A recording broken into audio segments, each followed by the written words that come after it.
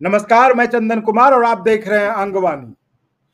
भागलपुर में ये आपके लिए खुशी की बात है, अच्छी बात है कि अंगवानी ने जिस मुद्दे को उठाया था, जो आवाज़ उठाई थी, उसकी गूंज प्रशासन तक पहुंची और डीएम खुद उस जगह पर पहुंचे, जहां के लोगों के साथ पंचायत की थी, लोगों की बातचीत प्रशासन तक पहुंचाने की कोशिश की थी। भोलानाथ पुल, जिसको कि लेकर वहां के जो लोग हैं, जो उस इलाके में रहने वाले हैं, जो कि बहुत पहले से भोलानाथ पुल संघर्ष समिति बनाकर संघर्ष कर रहे थे कि ताकि उनकी मांग सुनी जाए। जिन परेशानियों का वो रोज सामना करते थे, उससे निजात पाने के लिए उन्होंने भोलानाथ पुल संघर्ष समिति का गठन किया था और एक लंबी लड़ाई लड़ रहे थे।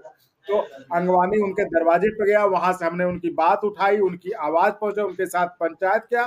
तो डीएम साहब भी पहुंचे भोलानाथ पुल, जहां पे निर्माण स्थल, जहां पे पुल बन रहा है, फ्लाईओवर बन रहा है, वहां पर उन्होंने कुछ ऐसी बातें की जिससे, अब ये तो देखिए, हमेशा से हम कहते रहे कि एक पत्रकारिता का सिद्धांत होता है कि हम कोई फैसला नहीं देते, हम लोगों से ही कहते हैं कि ये हुआ है, आप बताइए। अब डीएम साहब ने वहां जाकर कहा है कि वहां ऊपर में कुछ स्टील का बना देंगे, नीचे कुछ कर देंगे।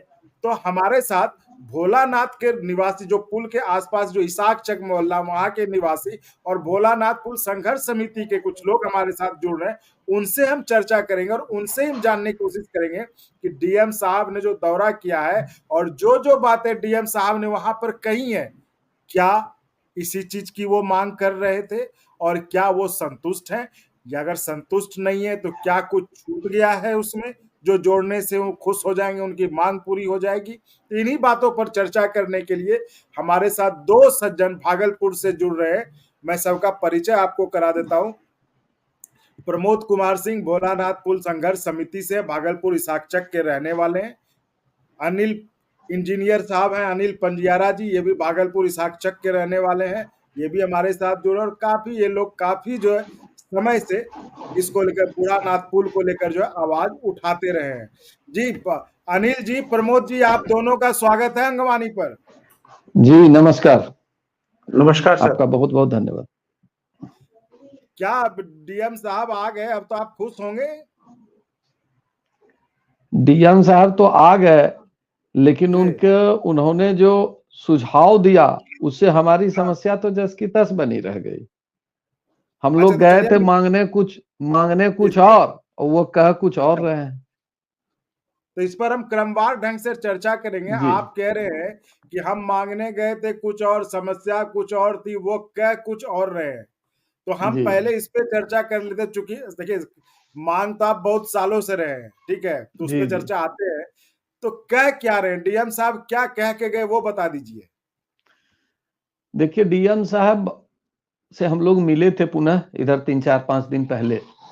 उन्होंने हमारी बातों को धैर्य से सुना और आज पेपर के माध्यम से हम लोगों को पता चला, अलग अलग पेपर में अलग चीज दिया हुआ है। एक में दिया गया कि ऊपर से जो है स्टील का जो है पुल दिया जाएगा, ठीक है।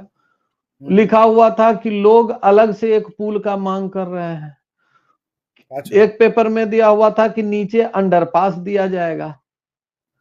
तो अब हमको समझ में नहीं आता, हम लोग तो उसी पुल में एक पहुंच पथ मांग रहे थे, इसाकचक की ओर और एक डिक्सन रोड की ओर, जिससे कि हमारी समस्या का अस्थाई सॉल्यूशन हो सके। 70 साल 50 साल से जो हम लोग यह गंदे पानी से होकर के गुजरते हैं, हमारी औरतें घुटने भर पानी में जाती है, बुजुर्ग गिर जाते हैं, बच्चे कमर भर पानी में जाते हैं। इस समस्या के अस्थाई निदान जब तक हमको फ्लाईओवर पर पहुंच पथ नहीं दिया जाएगा, यही मांगने तो हम गए थे। अब उन्होंने क्या दिया है, जब तक यह क्लियर नहीं होगा, अभी तो हम लोग पेपर के माध्यम से जान रहे हैं। तो अब आते हैं अनिल जी के पास। तो अनिल जी ये बताइए, बड़ा अजीब टाइप का मामला लग रहा है, खासकर मतलब देखिए, जब से ये डीएम साहब आए हर चीज में हाथ पांव मार रहे हैं। हवाई जहाज बना देंगे तो ये कर देंगे, वो कर देंगे।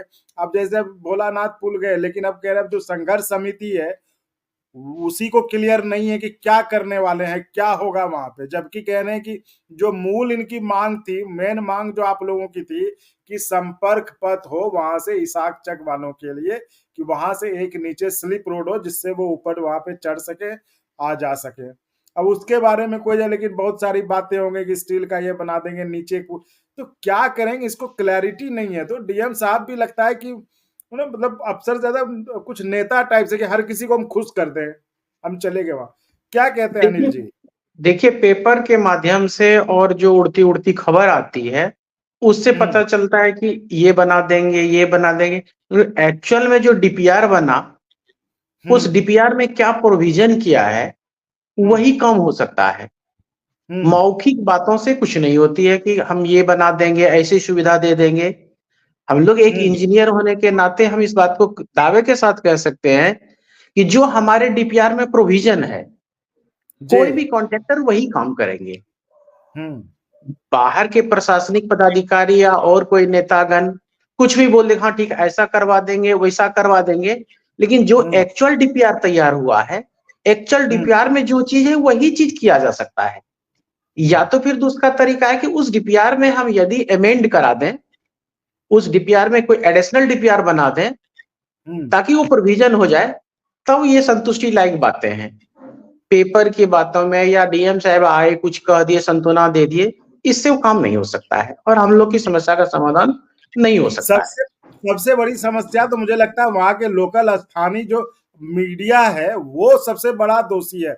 वो पता नहीं क्यों प्रशासनिक अधिकारियों को खुश करने के लिए कुछ से कुछ लिखता है।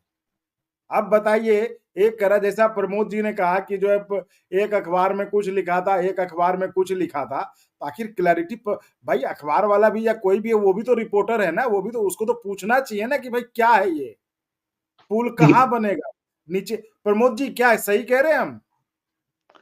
ये बात तो सही है कि पेपर वालों को, देखिए इसको मीडिया को प्रजातंत्र का चौथा स्तंभ कहा गया है। उसका काम है जनता की बात सुनना, उसकी समस्या का सवाल और समाधान प्रतिनिधि से पूछना, प्रशासन से पूछना। जब हम नहीं समझ पाए कि क्या सॉल्यूशन हुआ तो यह सही है कि उनको भी समझ में नहीं आया होगा, तो उनको हिम्मत करना होगा डीएम साहब से पूछने के लिए कि ये जो आप कह रहे हैं क्या ये समस्या का समाधान है या आप सिर्फ जो है, जी जी बोल लीजिए, आप बोल लीजिए, या सिर्फ आप जो है तत्काल आवेदन पड़ा तो कुछ कह करके जो है टाल दे रहे हैं। हमको बड़ी खुशी हुई कि आज तक कोई डीएम साहब जो है आए नहीं थे, लेकिन इन्होंने ये आए तो सही, लेकिन पुल से दक्षिणी और इसाक चक की ओर आकर के हमारे प्रॉब्लम को अगर समझते तो कुछ और बात होती। हाँ, हमको तो लगता है इसका मतलब तो साफ है ना कि उनको यानी कि जो मेन मांग है आपकी वो उनको पता ही नहीं है। क्योंकि जब हमने भी हम लोगों ने जब पंचायत एक तरह की थी, जो मोहल्ले के लोगों के साथ बातचीत की थी, वहां पर यही एक बात उभर के आई थी कि देखिए फ्लाईओवर बन रहा है, उससे तात्कालिक जो असुविधा हो रही है ठीक है, लेकिन हमारी पुरानी मांग रही है कि यहाँ पे एक संपर्क स्लिप रोड का निर्माण हो जिससे कि हम यहीं से ऊपर चढ़ सके और उतर सके। ये जबकि आपकी मुख्य मांग थी। अब इस पर कोई जवाब नहीं, डीएम साहब वहां चले गए लेकिन डीएम साहब का इस पे कोई जवाब नहीं है। बाकी सब चीज है इधर उधर ये वो। देखिए तो इसमें है क्या कि हम लोग जैसा समझते हैं, पेपर के माध्यम से हम मिले भी, व्यक्ति अच्छे लगे, तो दिक्कत यह है कि उनको पहले हमारी मांग को समझना होगा, क्षेत्र में जाके हमारी समस्या को सेंस करना होगा, फील करना होगा, हमारे भाव को समझना होगा कि क्या जो हम प्रश्न उठा रहे हैं, जो हमारी समस्या है, वो धरातल पर सही है या हाइपोथेटिकल है। जब तक वो सेंस नहीं करेंगे, सेंस करके तब उनको अधिकारी से बात करना होगा कि भाई ऐसी समस्या, इसका सॉल्यूशन ढूंढना होगा। ये क्या कर रहे हैं कि अधिकारी के साथ बैठे, पुल निर्माण निगम या जो भी उनके हैं, उनको बोले जी क्या हो सकता है, उन्होंने एक शब्द में कह दिया, चूंकि उनका माइंड मेकअप पहले से है कि इधर देना नहीं है, एक शब्द में बोल दिया सर इधर तो जगह भी नहीं है। आप ये बताइए कि इंजीनियरिंग एक ऐसा चीज है जिसमें हर समस्या का सॉल्यूशन है। मैं आपको एक अगर उदाहरण दूं तो आज से 500 साल से राम मंदिर का चल रहा था, कोई कल्पना नहीं कर सकता था बनेगा, लेकिन एक व्यक्ति दृढ़ प्रतिज्ञा आया, उसने सोचा कि नहीं हमको बनाना है। आज देखिए अयोध्या का राम मंदिर बन गया 500 साल बाद। तो ये पुल और पहुंच पथ कौन सी चीज है? स्पष्ट विजन होना चाहिए।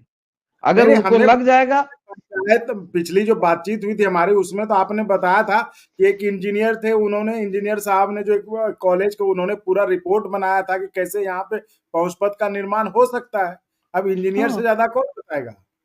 लेकिन ये इस कुल मिला के ये कि डीएम साहब को असली मुद्दा ही नहीं पता था। हाँ, अगर वो हमसे अगर मान लिया जाए वो यहाँ तक आए, अगर वो बात करते हम लोगों से पूछते, अगर उनको लग रहा था कि नहीं, तो हमारा पक्ष भी तो जानना चाहिए कि हाँ भाई किससे रिपोर्ट बनवाए हैं, तो दोनों को कंपैरेटिव लेंगे तब ना कि इधर का पक्ष क्या है इधर का पक्ष क्या है। अब देखिए तभी ना हो सकता है या नहीं। वर्तमान में आप देखा जा सकता है कि भागलपुर में जो विक्रमशिला पुल बनी है, भागलपुर गंगा नदी पे जो विक्रमशिला पुल बनी है, उसके जो 2 स्पान के बीच की दूरी है, 2 पिलर के बीच की दूरी, वो 60 मीटर है। 60 मीटर है। काम करने के दौरान एक जो उनका पिलर था वो फेल कर गया। फेल कर गया तो अब उस जगह पे तो पिलर बन नहीं सकता है जी। तो एक स्पान इस पूरे पुल में जो कि 90 मीटर का है, पिलर को अलग जगह फिर डाला गया। कहने का मतलब है कि उस डिजाइन को बदल करके 60 मीटर को 90 मीटर किया गया। 90 मीटर का स्पान बना लेकिन पुल बना। तो यहां तो बहुत छोटी सी चीज है। अब उस डिजाइन को आप दोनों इंजीनियर को चेंज करके कौन बताएगा ये चीज। अब उस डिजाइन को बदल करके यदि जो दिया गया है कि इसमें यहाँ हमारा ट्रस आ रहा है, ज्वाइंट आ रहा है वहां पे, तो उस ज्वाइंट को तो अच्छे डिजाइन करके उसको बदला जा सकता है। ये बड़ी समस्या नहीं है। नहीं, ये तो बात तब होगी ना जब चर्चा उस पे कि ये किया जा सकता है कि नहीं किया जा सकता है। इस पे तो कोई चर्चा ही नहीं हो रही है ना कि वहां पे ये बात तो तब होगी ना कि डिजाइन में प्रॉब्लम है। क्योंकि अभी जब डीएम साहब आए तो डीएम साहब ने तो इस बात की चर्चा ही नहीं की।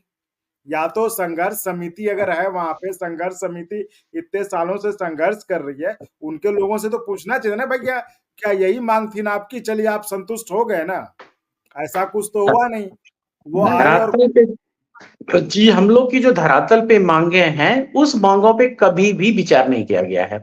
वही मैं कह रहा हूँ कि इसका मतलब जो है कि भी प्रशासनिक पदाधिकारी आ रहे हैं वो सिर्फ सांत्वना देकर के चले गए और उनकी जो टेक्निकल प्रॉब्लम है उस पर कभी कोई गौर नहीं किया है।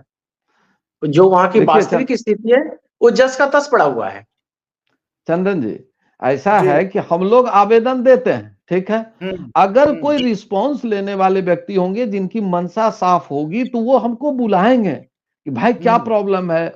जिस इंजीनियर से हमने रिपोर्ट तैयार करवाया है, इंजीनियरिंग कॉलेज के प्राचार्य हैं भूतपूर्व, उनको बुलाएंगे कि क्या हो सकता है। पुल निर्माण निगम के इंजीनियर बैठेंगे कि वो कैसे नहीं हो सकता और कैसे हो सकता है।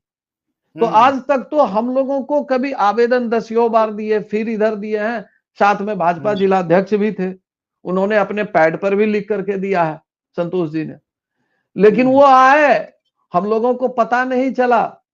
तो इसका मतलब है कि वो सिर्फ लिपापोती कर रहे हैं। हमको तो अभी भी आशा है कि वो जितने सुलझे हुए व्यक्ति लग रहे हैं, जनता के बीच एक आशा जगी है, तो हमारी समस्या को समझें और जो है इस पर एक विचार करें। नहीं हो तो एक एक्सपर्ट कमेटी का गठन करें जिसमें आईआईटी के स्पेशलिस्ट को लिया जाए। क्या दिक्कत है। और बैठा करके एक हाई लेवल की कमेटी, उसमें इधर से भी लोग रहे, आईआईटी के स्पेशलिस्ट को बैठाए कि यह पुल जो बन रहा है, यह जो इधर की समस्या है उसको सॉल्व करने में कितना सक्षम है। अब बताइए कि सोशल सर्वे हुआ, सोशल सर्वे आद्री को दिया गया, आद्री के लोग हम लोग तक पहुंचे ही नहीं, तो हमारी समस्या आएगी कहां से। ये लोग तो सिर्फ जो है आवेदन लिखते जाइए, हम आपके पास आएंगे नहीं। लेकिन प्रमोद जी जरूरत इस बात की भी है ना, दिक्कत क्या है ना, हमारी समस्याओं के जिम्मेदार हम लोग भी हैं। हम लोग क्या होता है पार्टी और नेता के नाम पे बढ़ जाते हैं। अब देखिए अब आपके साथ गए भाजपा के जिला अध्यक्ष जी, है ना जी जी, है ना। अब उन्होंने दिया ज्ञापन लिख के अपने लिए, अच्छी बात है उन्होंने दिया, लेकिन अभी बताइए शासन भी अभी उन्हीं का है, तो उनको तो साफ साफ ये बताना चाहिए ना डीएम साहब को कि डीएम साहब आप जो ये कह रहे हैं ये होना है। मेन मांग तो स्टील का पुल नहीं है, मांग तो है कि यहाँ पे स्लिप रोड होना चाहिए। हाँ, आज भी कल भी मेरी बात उनसे हुई, कल भी मेरी संतोष जी से बात हुई, भाजपा जिला अध्यक्ष हैं, उनको जी। मैंने कहा कि आप डीएम साहब के पास जाकर के देखिए क्या हुआ। तभी तो आज का रिपोर्ट भी मैंने उनको जो है बताया कि भाई ऐसे ऐसे आ रहा है, तो आपका यह जिम्मेदारी बनता है कि डीएम साहब से बात करके मूल समस्या से जो है उनको अवगत कराइए कि यह कोई सॉल्यूशन नहीं है। यह हो सकता है कि अभी तत्काल जो है ट्रैफिक को राहत मिल जाए। अब बताइए, ऊपर से जो है स्टील का जो देगा पुल, तो उस पर बुजुर्ग चढ़ पाएंगे क्या उतना हाइट पर? क्योंकि पुल के ऊपर रेलवे के बोगी होगी, उसके ऊपर जाएगा वह, तो वो बुजुर्ग और हमारे बुजुर्ग और चढ़ ही नहीं पाएंगे उस पर। या तो वो सोच रहे होंगे कुछ स्केलेटर वगैरह लगाएंगे या कुछ हवाई जहाज लगाएंगे कि ऊपर चढ़ के उड़ के जाएगा आदमी, फिर वहां से आएगा, ऐसा कुछ सोच रहे होंगे। सीधा सीधी तो हो न राधा को नो मन तेल होगा, न राधा नाचेगी, यही वाला बात है। इसी के लिए मैं कह रहा हूँ कि जो भी समस्या, देखिए इसाक चक में एक तो फ्लाईओवर बरसों पुरानी मांग है, वो जाके अब बनने जा रहा है, और बनने जब जा रहा है, जब खुशी की बात है, लेकिन इस खुशी पर भारी है आपका दुख कि हमको कोई फायदा ही नहीं होगा। हम वहां के रहने वाले हैं, लेकिन हम उसको पुल का कुछ फायदा ही नहीं होगा, क्योंकि आप सीधे वहां पे न चढ़ पाएंगे न उतर पाएंगे।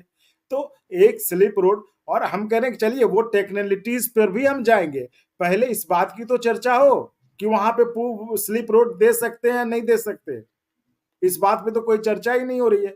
तो मुझे लगता है कि शहर के रहवासी के तौर पर हमें भी जो है, आप लोग को भी जो है, एक पार्टी और इसमें जो है बट हट के एक भागलपुरी होने के नाते आप अपने नेताओं को भी ग्रिल करिए कि भाई साहब आप गए थे, अब आप देखिए डीएम साहब क्या करके आए, आप इस चीज का जिक्र कीजिए, जो जिस पार्टी के भी हो। हमें नहीं करें कोई भी पार्टी हो, क्योंकि भाई नेता तो नेता है ना, हमारा जनप्रतिनिधि है। हमारे प्रधानमंत्री महोदय जी भी कहते हैं कि हम सेवक हैं, तो इन सेवकों को नहीं भूलना चाहिए कि हमारी मांग क्या, आपकी मांग क्या। जैसे प्रमोद जी, अनिल जी, आप लोग संघर्ष समिति बना के लड़ते रहे और यही मांग रही, अब उस मांग की पता ही नहीं है।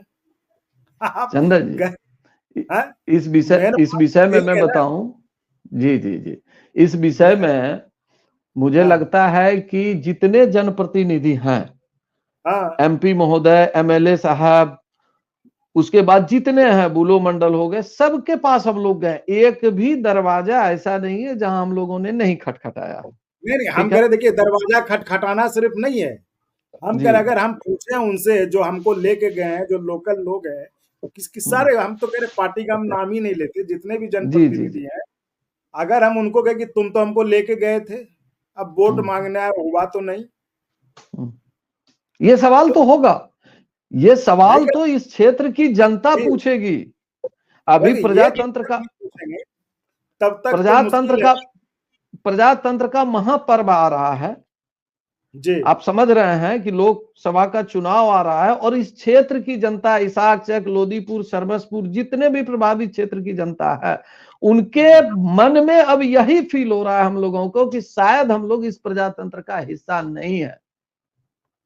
तो ये तो उनको सुनना पड़ेगा, या उनको झेलना पड़ेगा अगर नहीं मिला तो। कोप भाजन तो उनको बनना होगा पार्टी लेवल से उठ करके, ऐसा नहीं बीजेपी, हम तो समझते हैं सारे जिम्मेदार हैं, बिल्कुल, अगर हमारा काम ये कोप भाजन बनना होगा। और इसमें अब एक एक घर की लेडीज है, जहां जाते हैं हम लोग, भैया क्या हुआ, सबकी आशाएं बंधी हुई है इस गवर्नमेंट से। आखिर जो सत्ता में रहेंगे उन्हीं से ना आशा रहेगी। और सबसे बड़ी बात, इन्होंने ही उस समय सैयद शाहनवाज जी, हमारे पूर्व उद्योग मंत्री, अभी वर्तमान के उप मुख्यमंत्री सम्राट चौधरी जी, और तत्कालीन पथ निर्माण मंत्री नितिन नवीन जी, ये तीनों पटना में बैठ करके इन्होंने ही घोषणा किया था कि यह पहुंच पथ दिया जाएगा।